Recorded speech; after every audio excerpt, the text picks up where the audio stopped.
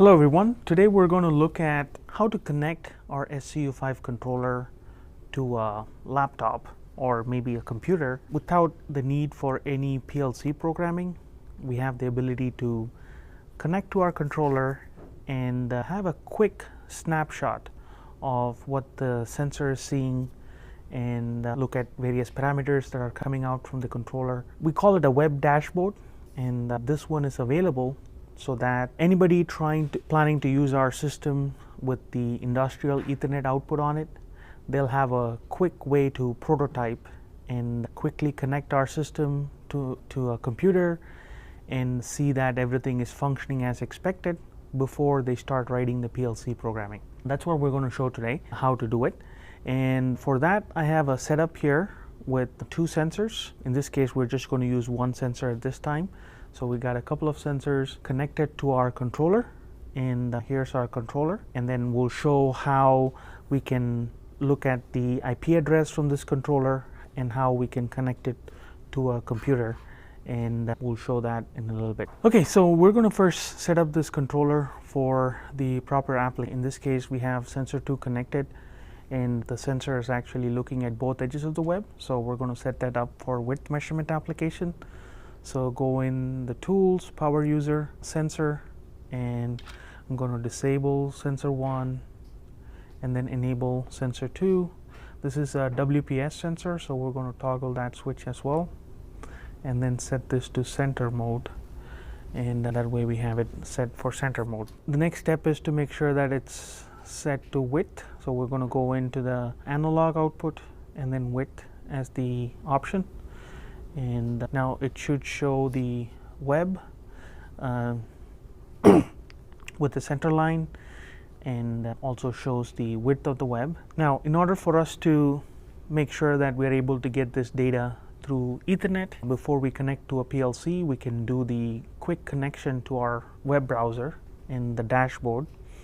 And for us to do that, we need to make sure that we have the right network setting, and then make sure that the computer is connected to the same network.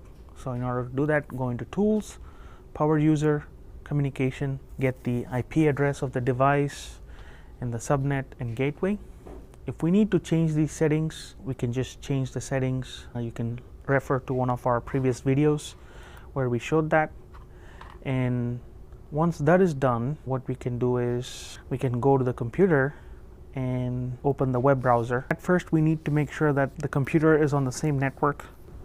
We can do that by going into the computer settings. What I'm going to do is I'm just going to go into Control Panel and then click on Network, and then we can click on the network settings here. And in this case, we're connected to the Wi-Fi, and the Wi-Fi, in order to find the IP address for that network, you can go in and type in command prompt and then ipconfig/all. So this particular network is connected to the Wi-Fi is connected to 192.168.1.1, which is the same gateway that we had connected to in the SCU5 controller. So we're all good. All we need to do is to type in the IP address of our controller. That's 192.168.1.100. And now you should be able to see the dashboard.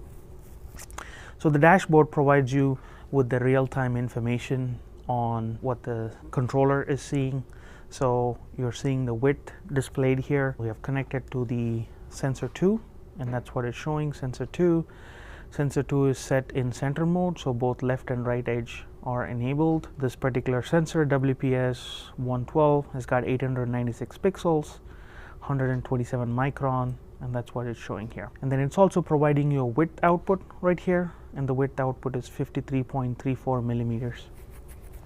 Now this dashboard, like I said, it's just a quick way for us to look at the parameters from the system, from the controller, and that data that goes into the Ethernet. We're able to quickly view it, and this way we can test the system, make sure that it works as it's supposed to work before we even need to start programming anything. For example, if I go into our controller and if I go into the controller and then change some of the settings. For example, instead of this being in automatic, I can put it to freeze and go in here and change the thresholding method.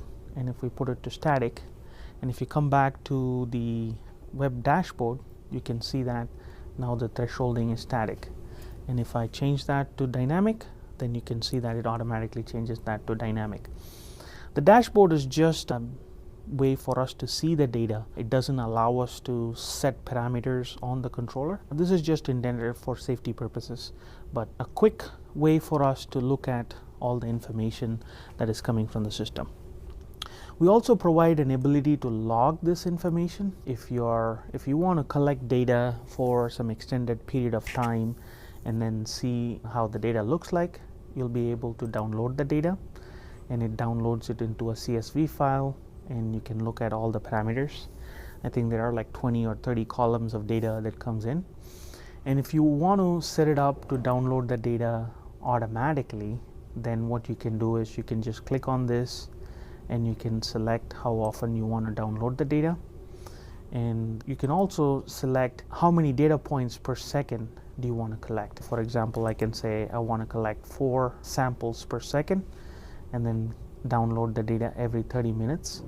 And just to show you how that works, I'm going to set it to 1 minute. And as soon as 1 minute expires, it's going to automatically download that data into a file. And we can also set up automatic download options and folders where we can download it. These information is just available in your web browser settings, and that way you can let the system collect the data automatic at the frequency that you have set, and then you can just come back later and then look at the data and do it. So as you saw, it just downloaded this next set of data there, and the file itself has the date and time and all those information there, so you can go back and look at that. That's a quick overview of the how to connect to our web dashboard if you are through a network. In the next video, we're going to see how we can connect it to a computer directly without a network. Thank you for watching, and subscribe to our channel for more informational videos about our product.